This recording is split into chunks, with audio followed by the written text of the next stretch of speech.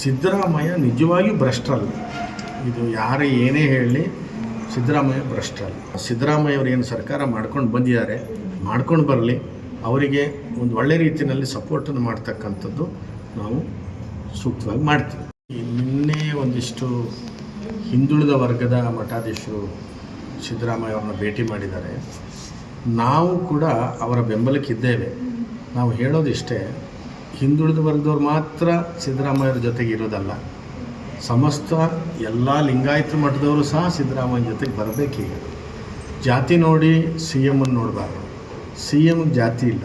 ರಾಜ್ಯದಲ್ಲಿ ಇರುವಂತಹ ಒಬ್ಬ ಮುಖ್ಯಮಂತ್ರಿಗೆ ಜಾತಿ ಆಗಿರಬಾರ್ದು.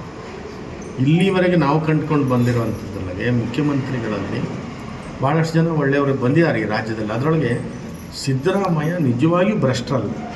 ಇದು ಯಾರು ಏನೇ ಹೇಳಲಿ, ಸಿದ್ದರಾಮಯ್ಯ ಭ್ರಷ್ಟರಲ್ಲ.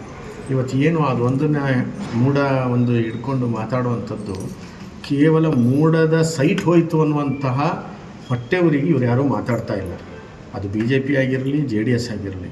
ಅಲ್ಲಿ ಉದ್ದೇಶ ಏನಂತಂದರೆ ಈ ಸರ್ಕಾರನ, ಅದರೊಳಗೂ ಸಿದ್ದರಾಮಯ್ಯವರ ಸರ್ಕಾರವನ್ನು ಉರುಳಿಸ್ಬೇಕು ಅನ್ನೋದು ಒಂದೇ ಉದ್ದೇಶ ಬಿಟ್ಟರೆ ಮೂಡದ ಸೈಟ್ ಹೋಯಿತು ಅಂತ ಯಾರಿಗೂ ಬೇಜಾರಿಲ್ಲ.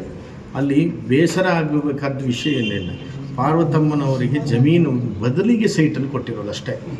ಅದನ್ನು ಬೇರೆ ಥರದಲ್ಲಿ ಹೈಲೈಟ್ ಮಾಡುವಂಥದ್ದು ನಾವು ನೋಡಿದ್ದೇವೆ. ಬಂದಿರತಕ್ಕಂಥ ಮುಖ್ಯಮಂತ್ರಿಗಳು ಹಿಂದೆ ಎಷ್ಟು ಹಗರಣ ಮಾಡಿದ್ದಾರೆ, ಎಷ್ಟು ದುಡ್ಡು ಮಾಡಿದ್ದಾರೆ. ಯಾವ ರಾಜಕಾರಣಿಗಳು ಏನೂ ಇಲ್ಲದೆ ಇವತ್ತು ಸಾವಿರಾರು ಕೋಟಿ ಎಲ್ಲಿಂದ ಬಂತು? ಇಂಥದ್ದು ಇವರುಗಳು ಸಭೆ ಮಾಡ್ತಾರೆ ಅಂದರೆ ಭೂತದ ಬಾಯಿನಲ್ಲಿ ಭಗವದ್ಗೀತೆ ಕೇಳಲಿಕ್ಕೆ ಇಡೀ ಕರ್ನಾಟಕದವರು ಏನು ದಡ್ರಲ್ಲ. ಹಾಗಾಗಿ ಸಿದ್ದರಾಮಯ್ಯವರು ಏನು ಸರ್ಕಾರ ಮಾಡ್ಕೊಂಡು ಬಂದಿದ್ದಾರೆ, ಮಾಡ್ಕೊಂಡು ಬರಲಿ. ಅವರಿಗೆ ಒಂದು ಒಳ್ಳೆ ರೀತಿಯಲ್ಲಿ ಸಪೋರ್ಟನ್ನು ಮಾಡ್ತಕ್ಕಂಥದ್ದು ನಾವು ಸೂಕ್ತವಾಗಿ ಮಾಡ್ತೀವಿ.